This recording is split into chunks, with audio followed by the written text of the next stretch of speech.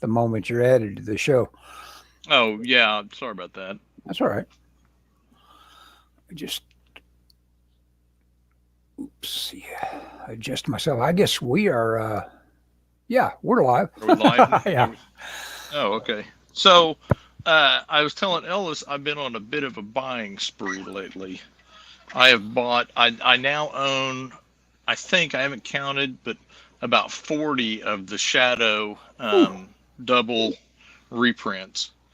Yeah, Oh, I had a reprints. few. So you aren't buying moldy old pulp era. No, no, no, no, no, no, no, no, no. Here's what I'm Okay. buying. Let me grab one. Okay.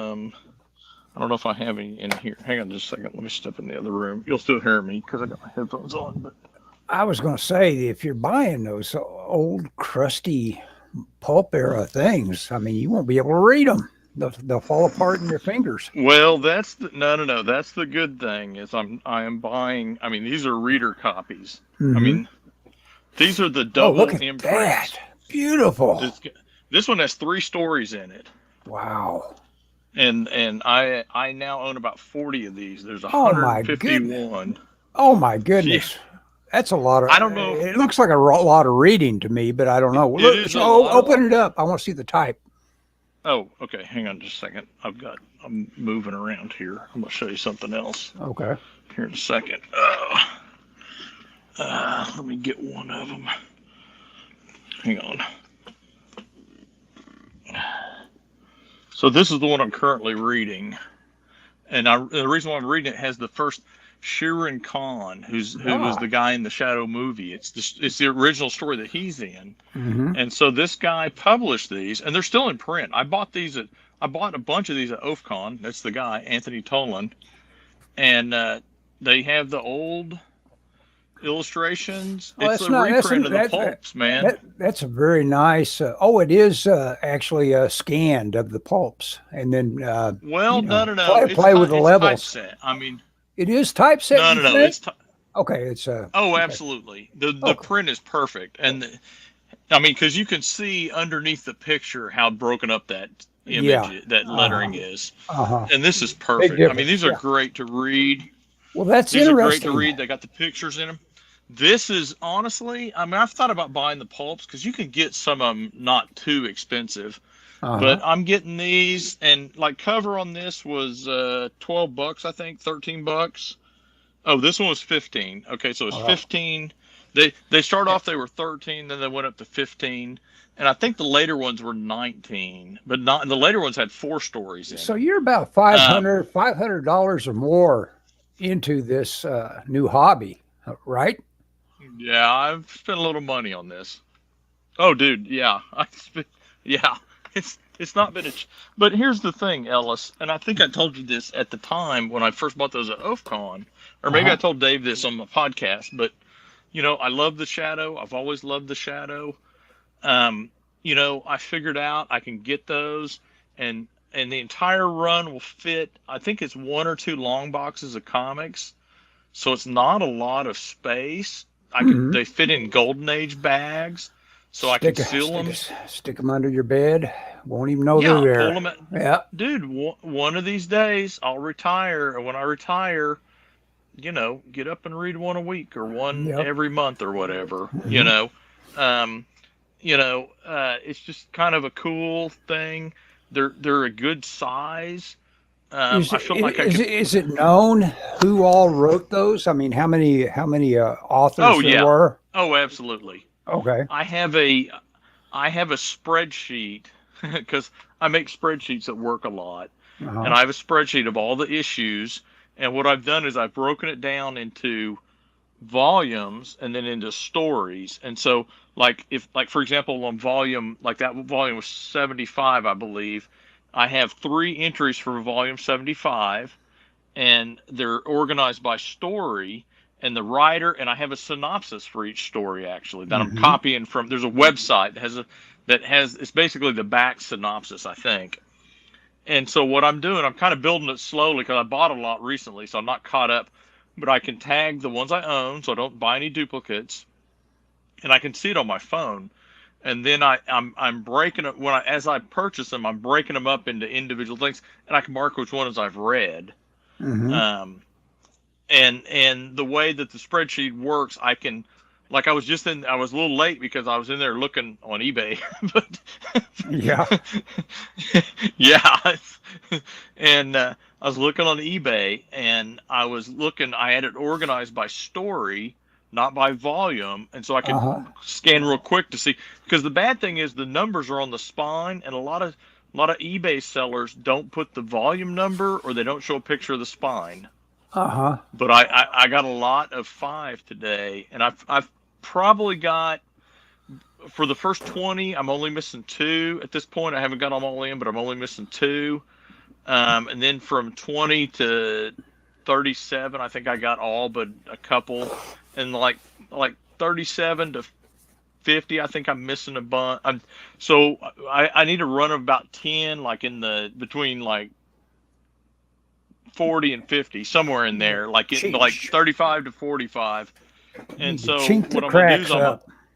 Yep. yeah, well, so what I'm gonna do is, I emailed the guy and told him I wanted to buy all of them, and he never got back with me. And I think I kind of freaked him out So you because so you had to do it I said, yourself. This is amazing. oh, Yeah. so what I've done is I found them, and I tell you what kicked it off. Last week we went to Tulsa. On the way to Tulsa, I stopped at the bookstore up there at Gardner's, and they had 4 or 5 of them there for like under $10. So I bought them, and I looked on my spreadsheet, and they weren't duplicates. So I bought them, and then I was like, you know what? And so I started looking. I found them cheap, Yeah. online. I paid. I got one today called The Shadow, or the Shadow Unmasked, Hmm. and it's the origin story of the Shadow. And I paid a little bit more for that. I paid like $18 for that, which cover was 13. But I wanted it because it was hard to find. That was kind of one that wasn't showing up a lot, and I wanted Hmm. it because it's got the Shadow's origin story. And I Well, figured if I'm gonna read them, what did it come later, or is it, does it, it's I'm, like issue. Well, it came late. It was not the first. That's the one thing. The stories are not presented in the issue in the sequence that the pulps are. I don't know okay. why. I have no idea why they did it that way. Hmm. But it did come a little bit later. It wasn't original. It wasn't the original story. I think it started, and then they were like, we got to come up with an origin for this guy, Hmm. and but in the buying, it's like in the reprints, it's like number 20. It's volume 20. It's I think interesting. it's It's 20, interesting. maybe Like like you 18. say, someone responded to their own made up, make believe pressures of an origin and explanations. And, they do something, they may diminish the character with a poor notion of, Well, how the one of shadow the began. And in your own mind one of the might be better. Go ahead. one yeah one of the nice things about this is, in addition to the stories, there are essays in between the stories about the story and about the Shadow.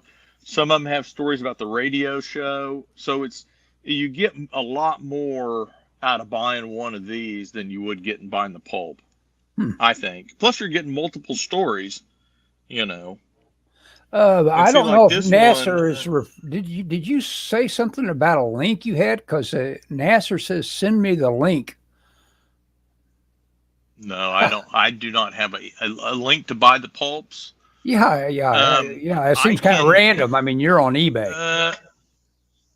Well, no. I've bought some on eBay, but Okay. supposedly the guy that I met the guy that publishes them at OFCON. Hmm. Um, I emailed him directly, but he never responded. But like I said, Okay. I think I freaked him out because I literally said, "I have these dozen. I want the rest of them. Do you want me to send you money for all of them, or how do you want to?" I think what I need to do is just tell him I want this number to this number. Yeah. How much will it be? Yeah. Because I think he was like, I'm not messing with that, Yeah. But I think if I send him, I need these 10, he'll respond. Send me And the if he link. doesn't, Oh, I've you got know him. what? Nasser wants to be on the show. On our show. Uh huh. That's what he's talking Oh, about. Oh, well, he can be on the show. I guess. Is he going to talk about the shadow, or is he going to? No, Is no, this no. going to bust it? He'll talk about himself, I'm sure. Oh. Well, I don't know about that. Oh yeah, there you No, go. do you want to send him the link? I don't know if I That's do or fine. not. Okay, let's do it. Let's experiment. Since Let's, we're sure. Well, yeah, we'll got our see. got We'll our see. controversial title up, why not? Oh yeah, that was the thing. Yeah. Did you send Yeah, him the link? that I want to say title, something that else. title, by the way, is strictly to play with the algorithm, everybody. So even Oh though no. We're gonna we're argue. going to do that, we're going to maybe try to see how we can delve into that a little bit. But and we ought to be we ought to be thinking before we get there, Scott, how we can end it tragically. Nasser may have the solution for that. Let me. We're gonna kill Nasser. Yeah, no. See, no. We need our audience. no, it just may just be tragic. Have I showed you my calendar? Nasser, I'm going to send you something. Let's see if this gets to you. If I hit reply to Do you have his email? Well, his shameless self-promotion on his comic books, I get that. So I'll just try replying to that. There we go. There you go, Nasser. Oh, I think I did it right. Let's see. No, I don't know if that's right or not. Let's see. It doesn't look right. Let me try again. Let me copy and paste again. Let's see. Invite. All I should have to do is that. Copy. There we go. And I don't know. He may have some sort of hack in mind here. I probably shouldn't invite him. Oh, he's gonna hack into the show. Take it over. He'll be like he may. Yeah, I mean, the Max Headroom. It'll be like the Max Headroom pirate that busted into Doctor Who. Yeah, I don't know how to. I don't know what I'm doing half the time. So okay, Master, I sent you a link. That's my modus operandi at life, Ellis. Yeah. Okay, look at your screen. Okay, I'm looking. Have I showed you my calendar this year? No. This is my calendar. How cool is this calendar? I was flipping over to December. It's all like classic Marvel stuff, man. I saw that. I got it at Walmart cheap, and I was like, this is so cool. Is it a specific artist? Is it all Romito? I don't know. Nah, it's all kinds of stuff. I don't know who that is. That may be. I don't know if that's Ditko or not. It might be. That's either Kirby or Don Heck. That's Don Heck, I think. Ant-Man. That may be George Perez, early Perez right there. I don't know, but he did Inhumans early.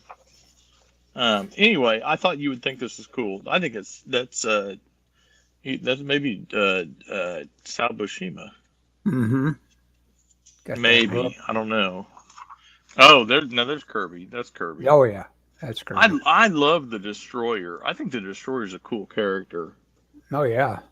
Yeah, you know, I mean, you kind of get excited with that first Thor movie when it shows up. But, yeah, the Destroyer, and I love this font.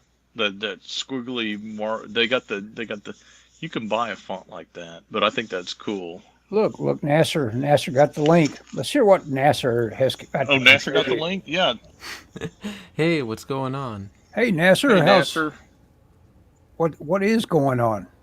Did you want to lay something on us, or did you? No, I really out? didn't. I was writing wasn't going so well, and I was like, my favorite show is live right now. I'll try to get on. I'm sure it is your favorite show. Favorite show.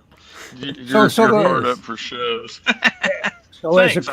I appreciate that. I'll take that. I'll take that for the way it's meant. So thank you. It's very kind of you. Yeah.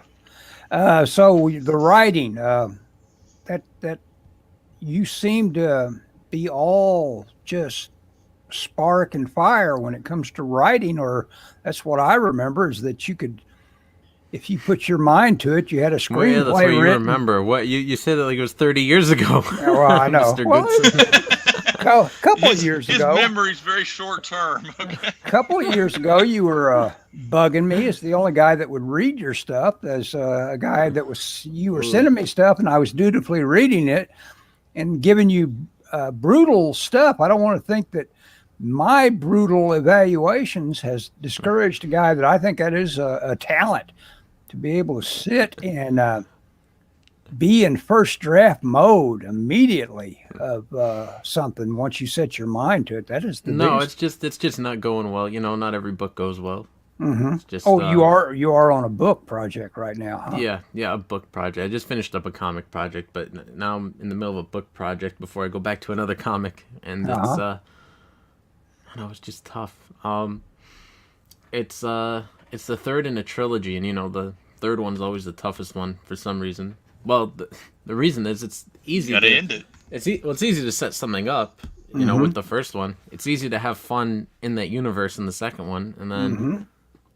That Well, sounds like how they describe the screenplay process: having fun, fun, and the call to adventure, and the first, and then you got to have a good ending. But I think, don't you think most people usually find the fun and games part in the middle? Yeah, that's why everyone always loves the second one. Oh, really? I don't know. Yeah. Well, I'm talking about like as far as a trilogy. I think most people always like the middle movie because it's like. Well, I know it's case by case, can't just broad brush it, but I think that's why so many people like Empire Strikes Back and because it's like the world's been set up, now they're just like having fun within it. Like that's always the middle one. Yeah, that's probably the best example. Go ahead. It's funny you say that. I don't know if you caught the very first of it, but I was talking about the Shadow, and I was talking about one of the Shadow reprints I bought was the one that reprinted his origin, and Ellis said something along the lines of you can have a character and you can have this all, but if you don't have a good origin and you tell the origin, you can ruin the character. Yeah. And I think that kind of goes what you're saying is. In the middle, you've kind of got the thing rolling, so you don't have to worry about any of that. It's all maybe more pure storytelling. I don't know. Yeah. There's no setup and there's no ending. You don't have to figure out the end. No, it's just right now what I'm specifically working on is the end of a haunted house trilogy, and the tough part is like making the same house, scary 3 times. It had to be scary in the first one and second one, and then it's like, wow, it's the same house. Is there really a way to make it scary yet again? Yeah, horror and comedy are the roughest things. You can't say boo and expect anybody to be excited about the notion that they've been scared by anything. You really have to. It's subtle. I was on my audiobook of I Am Legend. And I was just reminded how tiresome much of that is. He's looking for a cure. He's soul searching and all that. And yet, what you remember is some of the big payoffs in it, some of the imagery, and you can't beat Richard Matheson. Yeah, I haven't read that book, but I've seen the Vincent Price movie. It's pretty good. Yeah. Last Man on Earth. That and the Charlton Heston one are pretty good. Omega Man probably is the best version. Yeah. Everybody tells me that. I should probably watch that already. Yeah, that's a pretty good one. Yeah, it's got old Paul Coslow in it. God, what a great talent. Yeah. Whenever I think of Charlton Heston, I always think of like the awful send-off in the second Planet of the Apes movie. Yeah. Just like, oh well, he actually wasn't the last human. There's some more under Earth, and now he's dead. Yeah. It's like, okay. I did shoot him kind of abruptly. Yeah. I recently watched those. I think they're on TCM on demand, and so I was like, I got to watch these because I'd never seen all of them. I never realized. Oh, I went through like 2 years ago. Crazy they got. It's like. What am I watching here? The third one is actually super solid. Like I love the first one the most, and then the third one, and then the other ones are just so bad. Which one's the one with the cult of the bomb? That's the Beneath. That's the second one. That's the one he's talking about. That's the second one. Yeah, Yeah, that one's where Charlton Heston, an astronaut comes back to like rescue him. Oh, and then Yeah. Charlton Heston like discovers like there are more people under the surface of the Earth, and they have a bomb, and Yeah. and they could read minds And for they're some psychic. reason. Yeah, Yeah. for some reason they can read mind. It's the radiation. Don't you understand what radiation does to people? Oh, it's Right. so It they gives you could. super. If I've learned anything from Marvel Comics, is that radiation gives you superpowers. It's so they could So use the don't world's fear cheapest chemo. special effect, which I swear I would do if I made my own film. I would do a homage to the world's cheapest special effect, which is to have some sort of whirring special, sound, and then everybody writhes around in pain. That's an awesome. No Do light. that thing where you flip it to the negative too. Yeah. You know? No light overlays or anything like that. Just Weren't you working on a screenplay? You sent me like a couple pages of it before, like a couple years ago. I was, and I completely bailed on that. I haven't been writing anything. I've been writing a couple of notes here about writing, but that's it. Oh, I got some writing. Yeah, Ellis, I've been writing. yeah. I sent man. Scott some notes about how to do his job. Yeah. I'm Ellis I'm loves always to tell willing me to how give. do things. Yeah. I love to give advice. ask Nasser. I like Well, telling that Nasser how was- he ought to be doing things. That was like the funniest thing though is I'd be like, Mr. Goodson, I need some advice, and I forget how it all started, but Yeah. but you would always send me like what's the secret, Bill, and like Yeah, all oh, these yeah, different yeah. notes, and then I'm like, wow, and then I'm like, so what are you writing guy's right a now? genius. And Yeah. I'm What like, am I doing? I'm like, What am I and every doing? time I ask, what are you doing? You're like, nothing. Yeah. What do you mean nothing? Like, I can tell you exactly what Ellis does. He gets up, he goes for a walk, he comes home, he takes a nap, he eats lunch, he draws for a little bit, and then he watches a movie. I'm working on a painting right now, that sounds like the life. doesn't it? Yep. Oh, are you? That's funny. I was cleaning out my desk, and I found a box of acrylic paints, like a brand new box of acrylic paints. It's like a full set ish. Very And I cool. was like, I should be painting. I don't know where I got these. I think Well, I I'm going to fully invest in those Dr. Martin inks.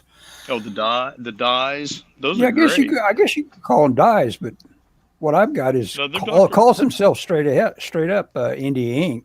So I don't know Oh, if there's does a it? distinction. I don't know if there's The a ones distinction. I have. Let's see if I got something down here that I can pull out.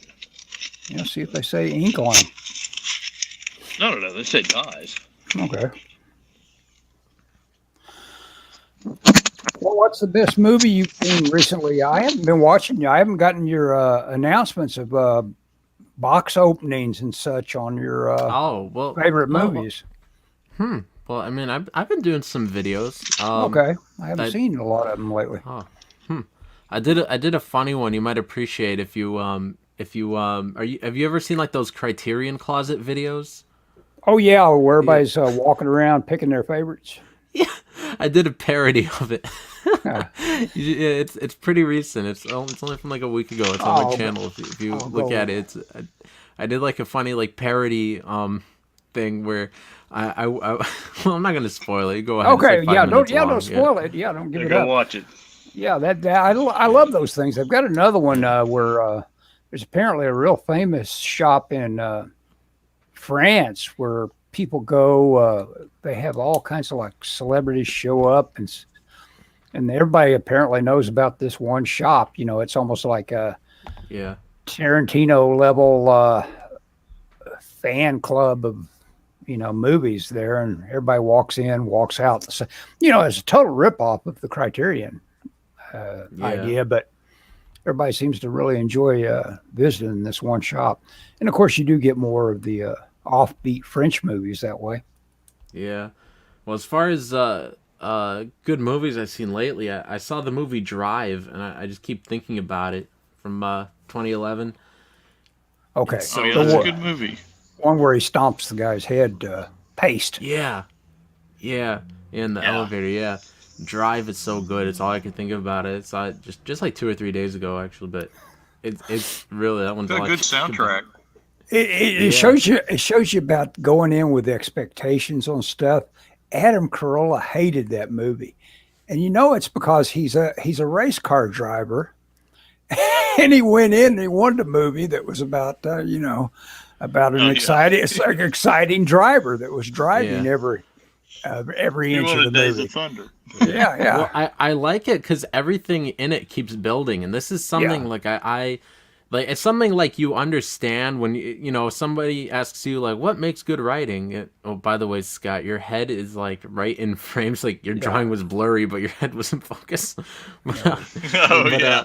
That's yeah, okay. but I mean, That happens frequently. yeah. Yeah. But anyways, but like somebody asks you like, "What are some writing tips?" You always say like, "Oh yeah, keep everything building, keep raising the stakes." Like that's one of Uh-huh. the first things that people say. And then it's like, but once you're there, at least for me, and you're writing, it's just like, how do I make things good? Like it's just like, Yeah, you just what do you wanted mean raise the stake? Like that was something you had said before when you were reading Creepsters, and you were like, to. well, nothing happens, or why don't you raise some stakes here? And you read a couple of things I wrote, and you keep telling me like, where are the stakes? And I'm just like, oof, you're right. But in a movie like Drive, it's really cool because Ryan Gosling like takes the dude to rob that bank, and he's just like, all right, you got 5 minutes. And so when the dude comes out the bank, he's like, he gets shot to death, and it's like, oh boy. But the girl is alive because she's double crossing Ryan Gosling's friend, and then as soon as they pull away, it's like, oh, now they're getting chased by another car, and they got to Mm-hmm. go to some dinky little motel, and then he Mm-hmm. realizes that the chick double crossed him, and then as he's getting ready to go, like the like mafia dudes come in, they shoot the chick Christina Hendricks, they shoot her in the head, and then he's got to take on these two evil dudes, and he's got this briefcase of $1,000,000, and then he leaves there with the $1,000,000, and then not only that, but like him and like his buddy is played by Bryan Cranston. They're like the only two that can connect this one dude to the $1,000,000, and so the dude wants them all dead, and like it really keeps building. I don't know if any of that was In other incoherent, words, they but don't worry about I haven't seen it in so long. They don't worry about the money anymore. They have to get rid of their back trail and so they have to kill him, huh? yeah, They yeah, like aren't after the money. yeah, They're trying to yeah. get clear. Yeah. Yeah, well, I mean, the gangster dudes first, first they did what they were intending to do was a setup to, kill the guy that owed them money, and that's the reason why they were doing the bank robbery, Uh-huh. but just to off the dude, and then after that, what Ryan Gosling has the money, so things did not go according to plan. Like, Yeah. the Can't dude go was wrong. supposed It to, will go wrong. Yeah. yeah, yeah, Albert Brooks. Yeah, he was something else in it. That was talk about playing against type. Albert Brooks, funny Albert Brooks. yeah. So it always keeps building, and that's like something that's like understood, but like you always know that as like that's one of the rules, like Yeah. keep it interesting, keep building the stakes, make everything go wrong. I don't know why it's so difficult for me. What would help? Is it because maybe you're a little more of a pantster? In other words, you don't outline enough to get there, or not? I started outlining just to make things, well, first to speed Make sure you things had up. it. Yeah, go ahead. Yeah, first to speed things up, because I do work quicker if I have an outline, but then also because I don't like outlining, but I realize just how much is like wasted, and I end up throwing away when I'm just making it up as I go, and then I realize, oh, I took a wrong turn here, and therefore these 8 chapters I just wrote, I got to throw them all out because I got to do something completely different. And then not that won't happen anyways. It happens even with an outline, I've found, but less frequently. And so but even so, it's just so hard to figure out an entire compelling story before you're in the story. Oh no, 'cause- you can't. yeah. You can't. Yeah. It's Yeah, because impossible. you figure out Nobody 99% can. of it when you start writing. Yeah, exactly. You Yeah. sitting down and realizing, even if you've written there's one guy on. I watch his tips every now and then. He sounds like he's got a formula down and everything, but the way it gets done is every day you set aside 2 or 3 hours of doing something, and that's the way it gets done. You just you finally got so much built up that the re that's that what's the secret bill thing of Yeah. my little 1 minute YouTube clip where a guy just says, this Yeah. guy, what's his name? Putty. What's it? Yeah, what's that Putty from Seinfeld. Yeah, Yeah, David what- Oh, Putty. Buddy from Seinfeld. Yeah, Yeah, well, he- Tick. he's playing. It's in a Charles Willeford movie called The Woman. which doesn't even have a DVD release. It's on VHS. No, It's like, yeah, how am I supposed to it's- watch this? Yeah, I got that from the San Diego library. No, Culver City Library. But anyway, that actor, the woman what? Anyway, I think he it's the Woman Chaser, I think. the woman chaser, and so Putty is just a guy that's completely full of himself. Thinks he ought to be able to do anything, so he's going to show Hollywood how to write a screenplay.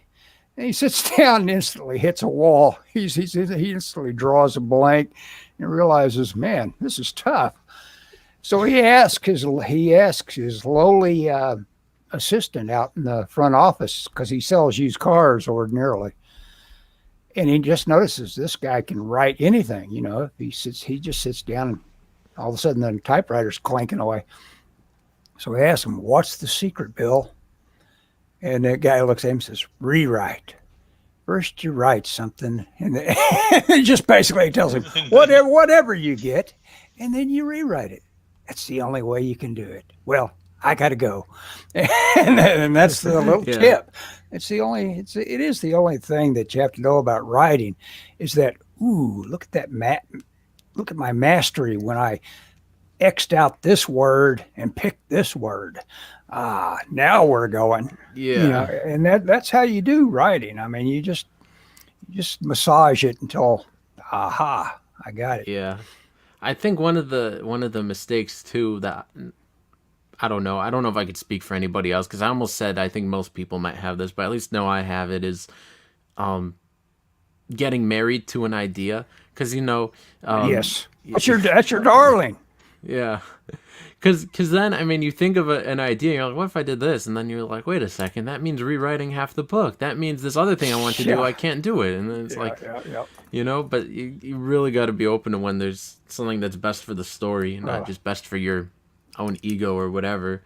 That was something I really learned during writing Creepsters, because I had an editor that came on board. His name is Roy, and he really helped push me into figuring out what was the very best idea. And like the ending scene that I originally had in Creepsters, he was like, tell me how you would write the ending if you didn't do it this way, if you changed locations, because it originally ended in the first draft, if you recall, Mr. Goodson, because you read it, it ended in the basement, and he was like, this is kind of boring, and There you go. earlier in the book there was a carnival that a character briefly went to, that like a city fair, it's in town for a couple nights, and I told him, well, I kind of wanted to end it there, but I wasn't sure how to bring them there. And he was like, oh, okay, well, let's work on that. And then so, we kind of started talking, throwing around ideas, and I figured out how to bring them there and end it in a cooler location.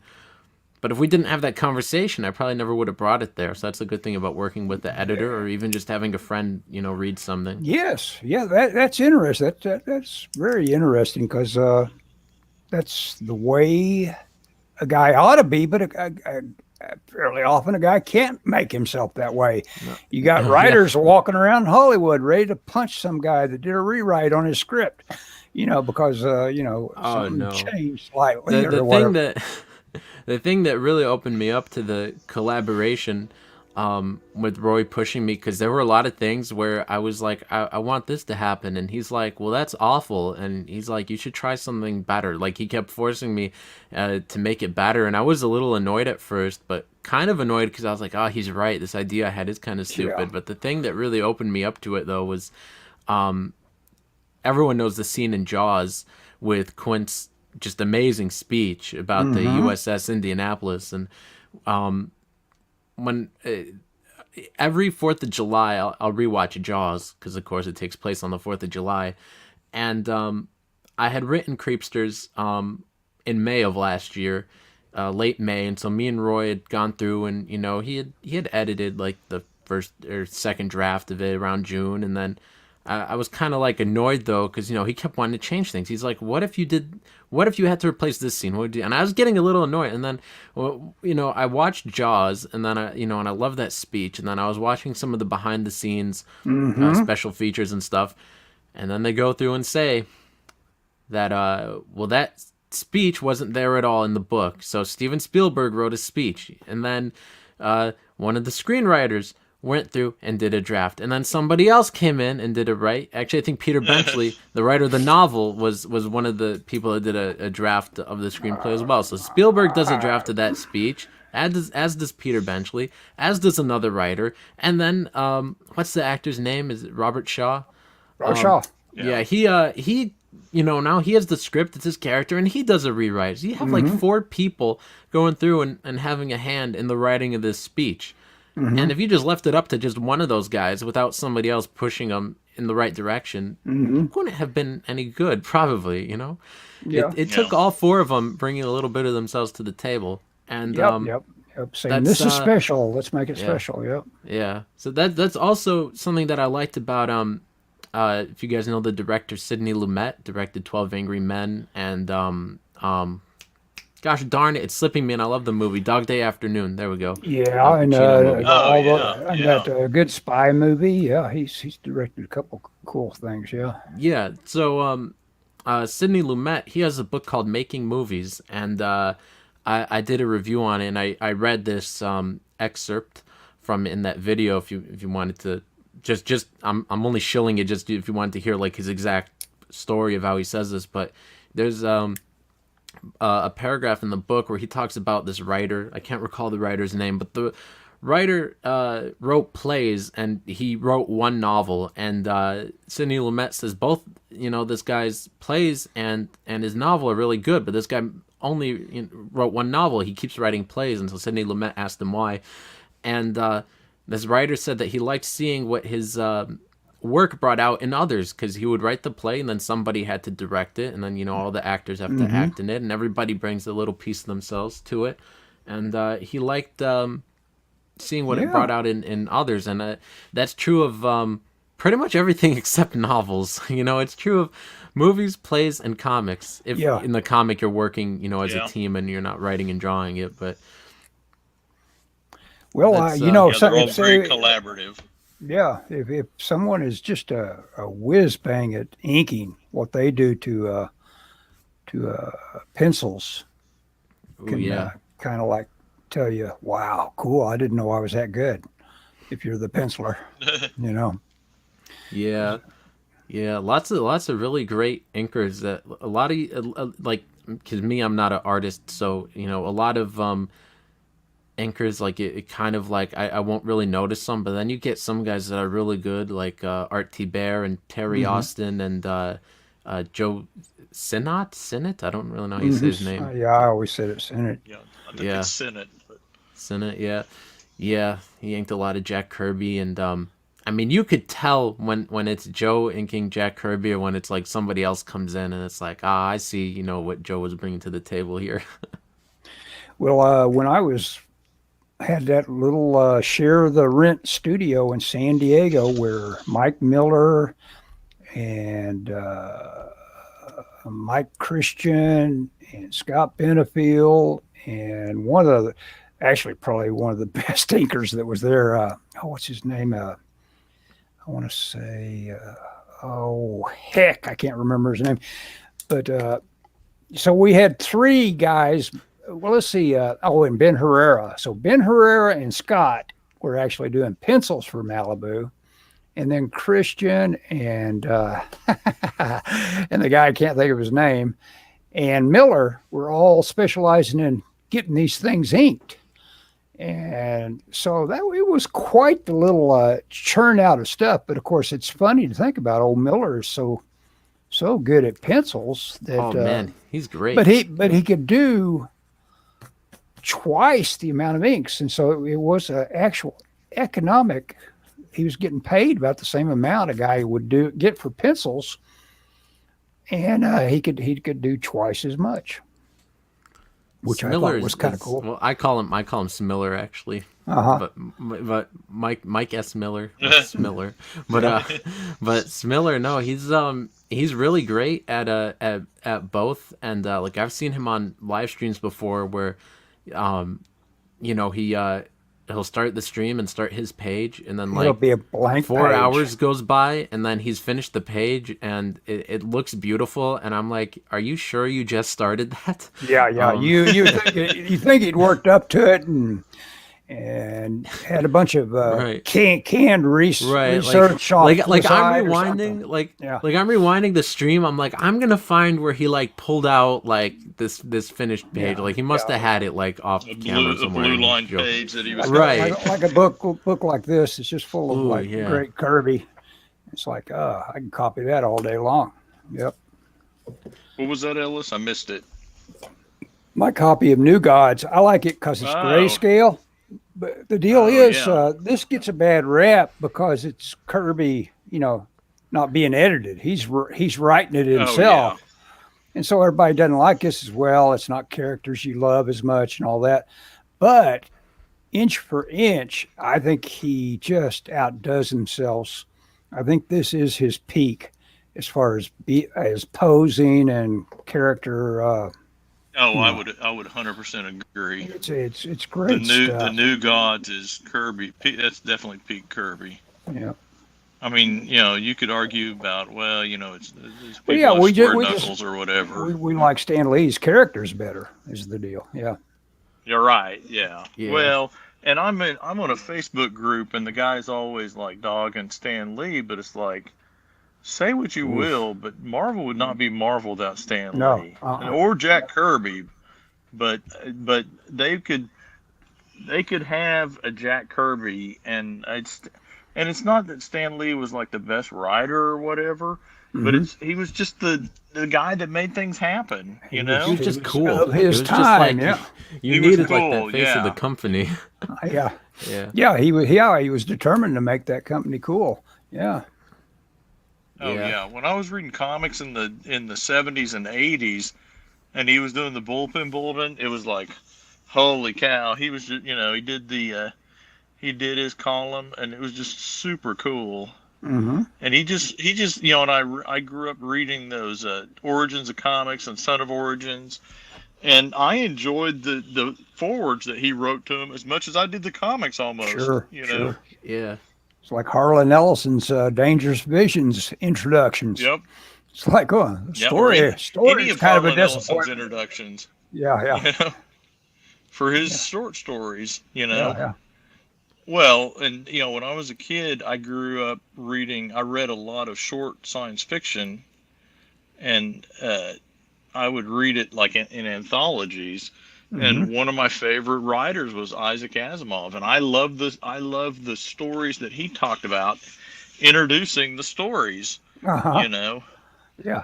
It just made, when I was a kid, I thought Isaac Asimov was the coolest guy on the planet, and you look at him and go, "This guy is not the coolest guy on the planet," But he just seemed to have it. I don't know. There was something about it that I just thought was really cool. Well, he had an IQ of I saw something where everybody that has an IQ about 115 or 120, which I thought I had, but I wonder about that now because I was told in sixth grade I had something like that for an IQ.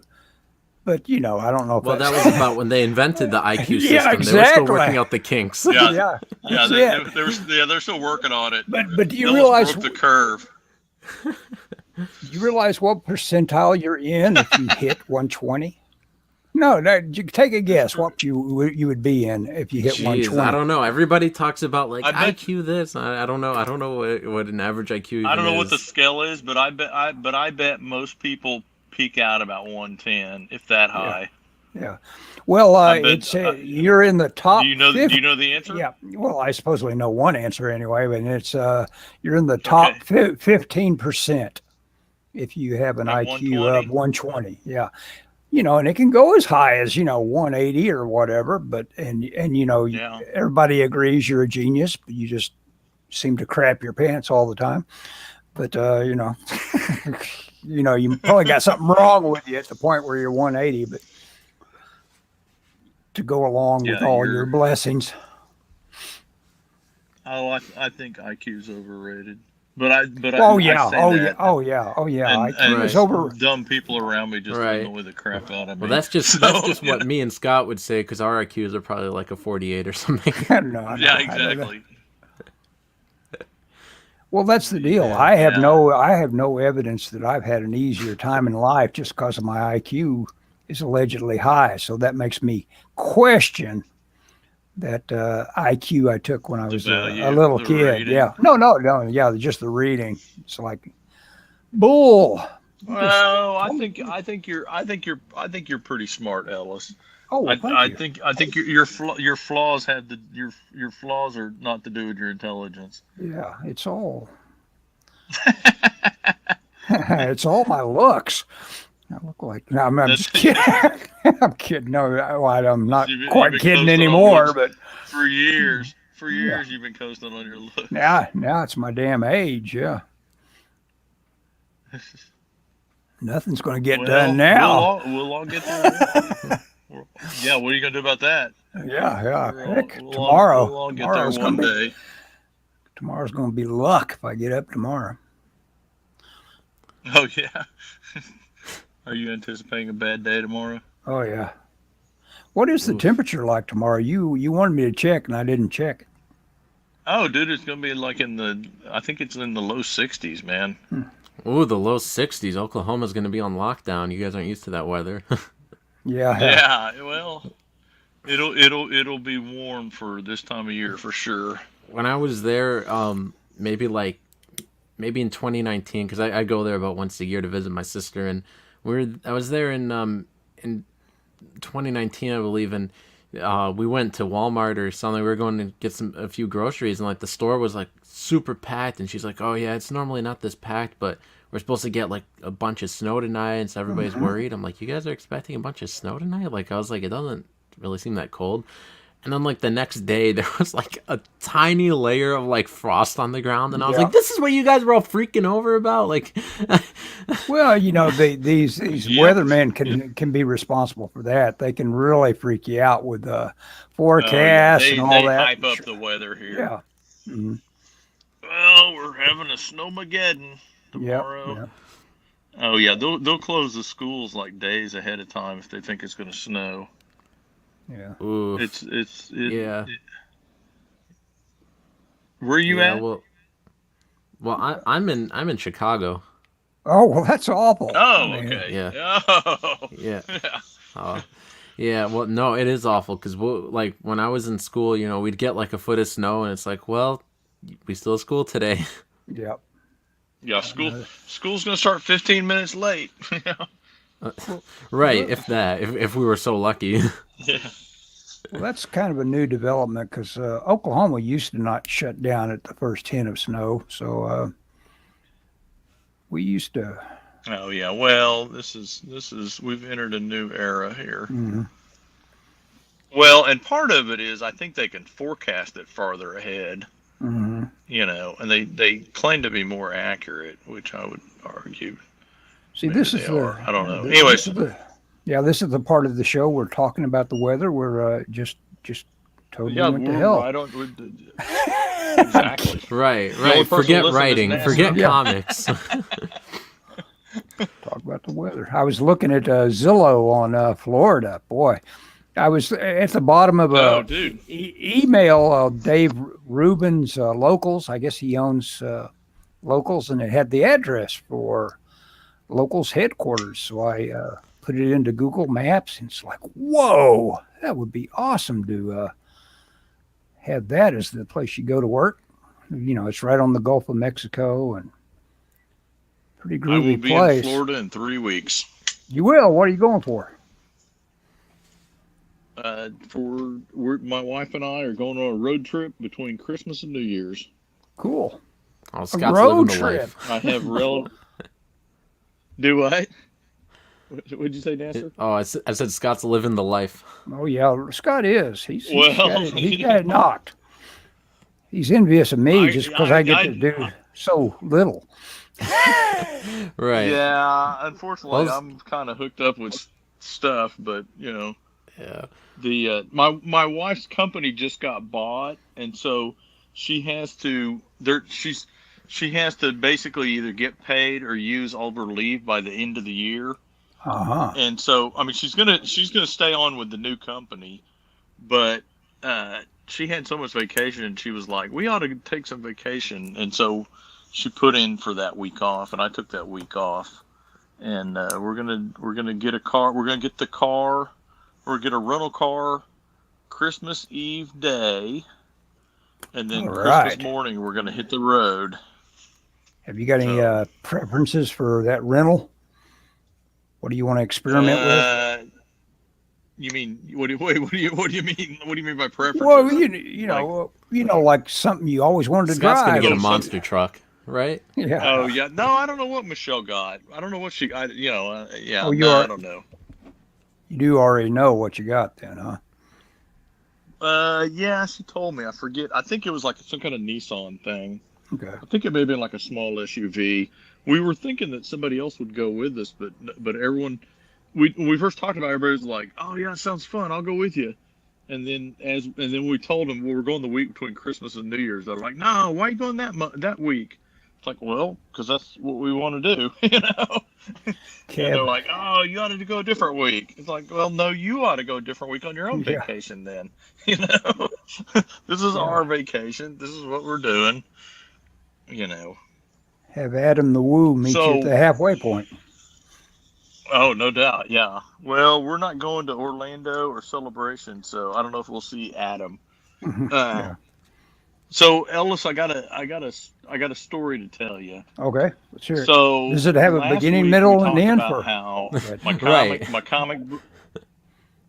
Go ahead. No, this is more stream of consciousness. Okay. I'm not a writer. Anyway, All right. so last week I was like, okay, my writer has ran afoul of the company. The company is not putting out a trade of Heaven's Rejects. They're not Mhm. answering my emails. I don't know what's going on. I'm abandoning all these people, and I was like, okay, I'm gonna do me a pulp comic. You know, I'm just Mhm. gonna do a 32-page pulp comic. Spider. And I worked on it. I got an outline written right here, Cool. and so out of and several people told me they read my comic and they said, you really don't need that writer with you. Yeah. and so This you will hurt encouraged me NASA's to feelings. do it. Go ahead. Well, yeah, he's not the writer anyway. Yeah. Go ahead. He's a different writer. But anyway, so I've been messing with it. Like Monday, the writer emails me. He's got like an idea for 4 issues of the Spider. So I thought about, well, what am I going to do? Because they sounded interesting. So I'm working on, yeah. Well, that's the deal. but If you think this guy has all of a sudden brought a lot to the table of like, oh well, I like these, well, Yeah. then there you go. I would Yeah, say he I may would say have. I would say pay him for those ideas if you know. I'm just saying like get the ideas and then like do them yourself really. Unless you think he's like that Well, I don't- important where you need him really to like write it out like page by page and all. Because this is the same guy you Well, said that's that well, sorry, I don't know all the context, but you said he was having trouble with the company that is publishing your comic currently. Mm-hmm. Yes. Yeah, I And remember you saying the something about that on a previous episode, but I didn't watch the whole thing, so I don't really know the context. But I mean, really, I know this is unsolicited advice, so I mean, I'll shut up if you want. sure. But really, if you think that his ideas are good and can make this comic great, but if you're kind of on the fence about working with him, I'd say just pay him for the ideas, so that way you could still just own all of this and won't get tied up with he owns part, I own part. What does this relate to? The Here's well, so Go ahead. Go ahead. well, so okay, so here's the deal. Here's the deal. He wants to do a public domain character. Hmm. So what he brings to the table, Nasser, is he brings the ability to produce a script. I have worked on scripts, but I don't know. I think his weakness is in dialogue. Okay.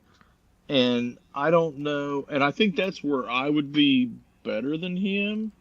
But I don't know. I've never written an entire comic. And I want to do like a 32-page comic. But I've got notes. I got my outline, Yeah, sort you know of. what? Don't So I bite can. off more than you can chew. Do this 32-pager and see how it goes. There you go. That's great advice. Yeah. Yeah. Well, Yeah. so here's my idea. Here's my idea. So he wants to do the spider, and he's got his idea for how he wants him to look, Hmm. and he wants him to be kind of superhero-y. We've kind of come up with a look for him, and I kind of like it, but it's not really my idea. It's our idea. And so my thought is, it'll take him a while to write that next script. Why don't I work on my own? I don't necessarily have to use the spider. I've been thinking about the spider, but there's nothing intrinsically spider-like about this story. So I'm like, why not switch to a different public domain pulp character? I in my mad eBaying of Shadow reprints, I ended up buying a lot of, I think it was 7. It was 6 or 7 of a character called the Black Bat, Hmm. which is public domain. A couple people have done Black Bat comics, and not as well known as the Shadow or even the Spider.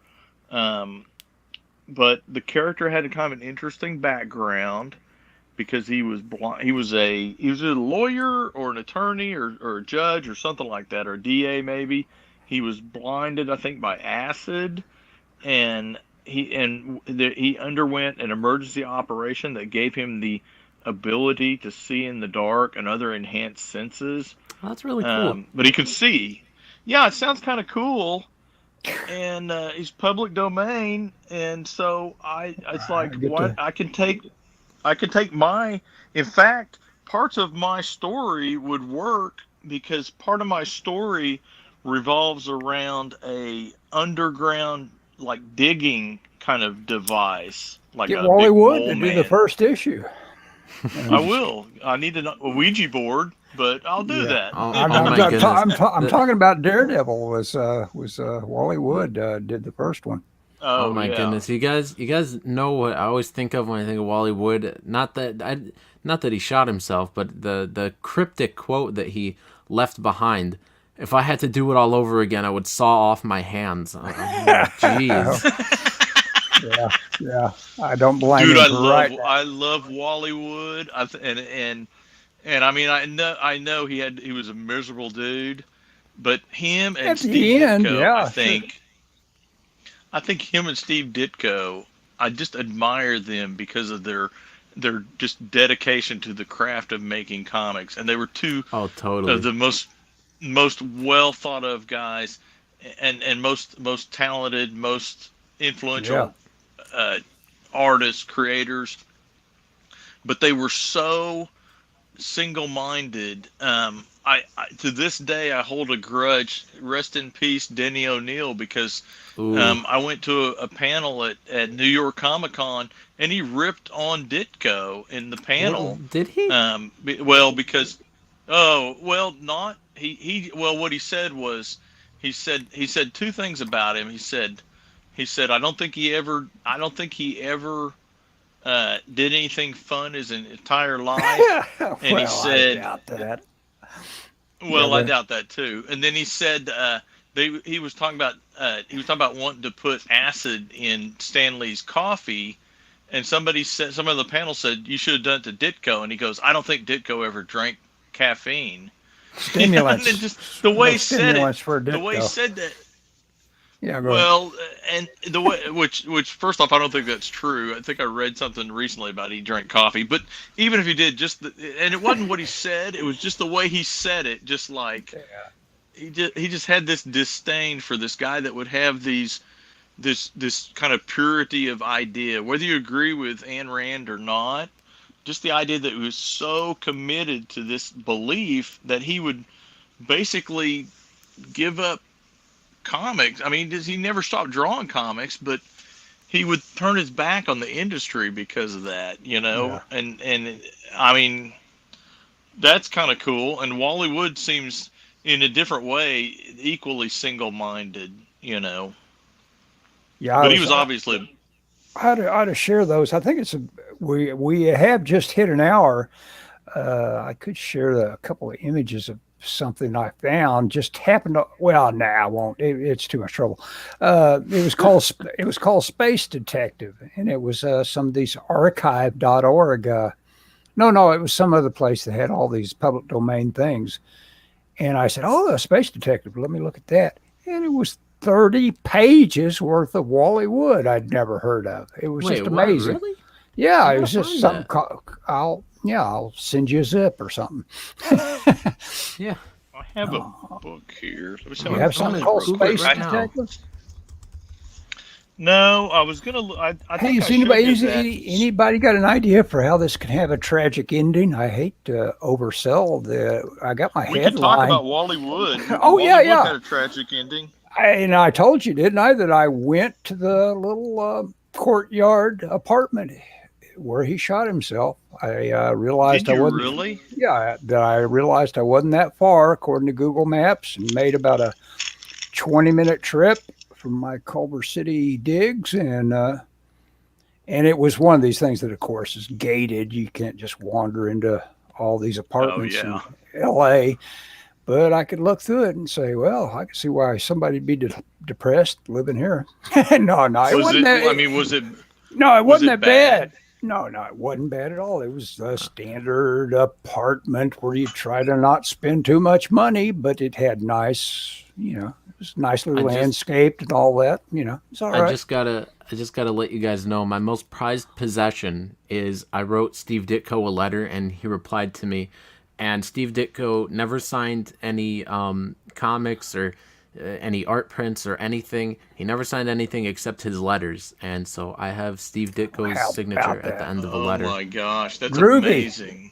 I always I liked. Have think. you seen that documentary with Neil Gaiman? Yes, I have, and I Yeah. got so mad at the ending when they were like, it just Yeah, ends with Neil Gaiman and the other guy like, yeah, we totally talked to Steve Ditko and he answered our questions, and I was like, they're either lying or telling the truth. And if they're telling the truth, I'm really pissed off because I would have yeah, liked to talk to him. yeah. It was Yeah. I funny. like. Yeah, I love the idea that Steve Ditko, up until the time he died, had that studio there in Times Square that he rented. It must have been like a rent control thing, and he would go there every day or whatever and do yeah. his comics. I mean, to me that's cool. I mean, Mm. there's a documentary called oh God, what's it called? Art for Hank's Sake, about a guy that was in his late 80s that is an artist, but he did watercolors, and he had a studio in Union Square, and he would go there every day, and it would show him. But just that idea that somebody doesn't just go, well, especially a guy like Ditko, because he was getting money from Marvel. He probably didn't need. He's probably making more money off of Marvel than He he definitely was. didn't need it. Yeah, Right. he got supposedly a check. He never disclosed, and he never disclosed Yeah. what they were Sure. paying him off with, but it probably was a pretty big check. Oh, Oh recently my they found goodness. his file copies. He had file copies of every comic he had done, and he would take them with him when he went to his sister's, like in Connecticut or Oh, I upstate was New just York or about to mention somewhere. that. And he had a room there. There was a room at her house that he would stay in when he went there, and he kept boxes of his comics there. And apparently his nephew has recently found them. They got moved after the niece died or something, or the sister died or something. And the nephew and apparently they're gonna get.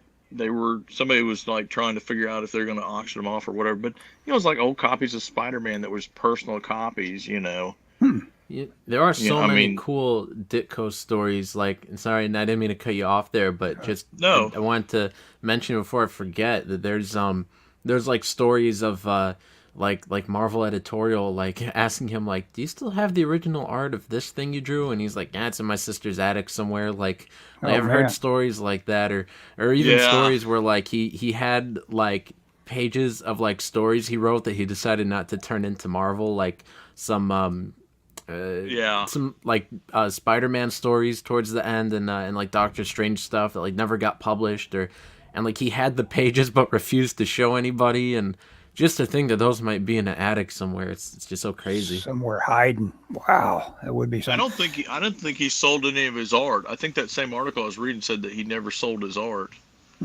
which is I mean it would, because Ayn Rand wouldn't approve. Yeah.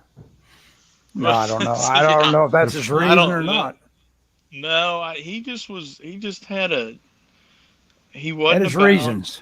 Yeah. Yeah, he had his reasons, and he was not motivated by the whims or the things that motivate other people didn't motivate him, And to me, I think that's like what being an artist is. If you're an artist, like a true artist, because I know a lot of people are artists and they're like, well, I'm an artist, and their thing is, well, I got to dye my hair a certain color, or I got to always dress in black or whatever. And to me, that's almost the opposite of being an artist, because you're like, I am playing dress up. Yeah. And to me, an artist, like an artist, is somebody like Ellis who doesn't care what anyone thinks about what he wears, or doesn't put. If you what's put wrong on with what I wear? I'm kidding. It's perfectly fine. No, I'm gonna go get a cat.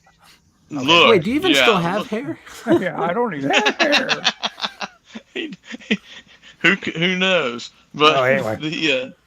Anyway, but I mean, to me, and I get it. Everybody expresses himself, however, but to me, like a guy like that is who, and superficially, it doesn't really matter, what somebody wears or whatever. But somebody just is like, I am not doing this for the money or the fame or the popularity. I'm just doing this. I'm driven to do this.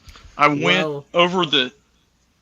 Well, I just want to say, it's easy to say I'm not doing this for the money when you made, $1 million drawing Spider-Man. Yeah. Well, that's true, but, yeah, I mean, maybe, but I don't think he'd be any different. He just might not have an office. No, I don't think he would have been any different either. I met a guy, or I know a guy that my wife and I saw at an art gallery. He's a local artist, and I've known this guy for a while now, and he's a super nice guy, and he's a fine artist. He does paintings of flowers and stuff, like oil paintings and stuff. And we saw him at the gallery, and I was talking to him, and I was showing him this picture I did of Oklahoma City, because I was talking about somebody else that was trying to get me to join the art guild and stuff, and I was like, well, I thought about what would I do if I did that, and so I did this watercolor downtown Oklahoma City, and I was showing it to the guy, and he was talking about how, well, if you want to sell your stuff in a gallery, you gotta he was talking about what you gotta do, and part of it was you gotta go down there, and when people come in, you gotta talk to them, and he's like, oh yeah, every week I go to 2 or 3 openings, and I'll go talk to people, and he's like, I'll go to restaurants, and I'll give people my card and stuff. And and when we left, I told my wife, I go, I'm not doing all that crap. Oh, I tell you, there's not a fine artist. There's not a fine artist in the world that doesn't realize very soon that, oh my God, all I do is schmooze. I hate this. I want it to just be my art. You go to a juried show. Can you imagine? You know, it's Oh my like gosh, I'd want to blow my brains out. you, Speaking of Wally Wood, yeah, exactly. Okay, that's tragic enough. the tragedy. You guys want to wrap the it up? Hey, tragedy. so Nasser, did you want to wrap it up? It's nice having you here to talk to. I guess. Oh yeah, no doubt. Yeah. Yeah, this is pretty fun. But I think you drove off all of our usual audience, so I don't know. I guess it was Way to a go. mixed blessing. So anyway, no, we don't have a usual audience. I'm kidding. So Yeah, I know All your right. usual audience is me. I tuned Yeah, into this yeah, for- you're- for you're about- my I audience. listen. I usually listen for about like 20 minutes at Yeah. least an episode. and then you bail and go on something else. Yeah, And that's more than I listen to. So. that's more than I listen to it. Okay. Okay, I guess we're about done. I got some good drawings toward the end here. Had fun. Guys Oh, ripping an alien's head off. That's the movie they need to make someday. I don't know why they haven't ever made Are a you- Magnus robot fighter. Is that What's that? drawing for is that drawing for a book or something, or just having fun? I'm just drawing to fill the time so I don't have to What are you doing? not have an excuse to. Can I send you my address so you can send me that? Oh yeah, sure. I'll send you a scan of it. It'll be on Tumblr. You can always have a copy of it on Tumblr. I have a couple Ellis originals that I've bought from him. I have wanna- one. Oh, you don't Ellis have one? has a sketchbook I want to buy from him that I need to figure out we need to talk about that sometime, Ellis.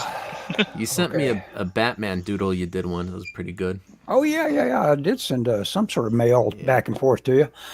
Yeah. Okay, guys, wrap up time, I guess. I think we're all done, aren't we? Yeah. Yeah, hang on. I want to talk to you after we end the broadcast, Ellis. Okay. I guess Nasser can stay in our private conversation. You want me to get rid of him? I don't care. No, I'll get out of here. No, You guys you- can talk. Okay, I don't I'll- care. I don't care. Okay, we'll see you, Nasser, and everybody. Bye-bye. Yeah, you guys have a good night. Yeah, Okay. thanks, guys. Thanks, Nasser. Bye. See ya.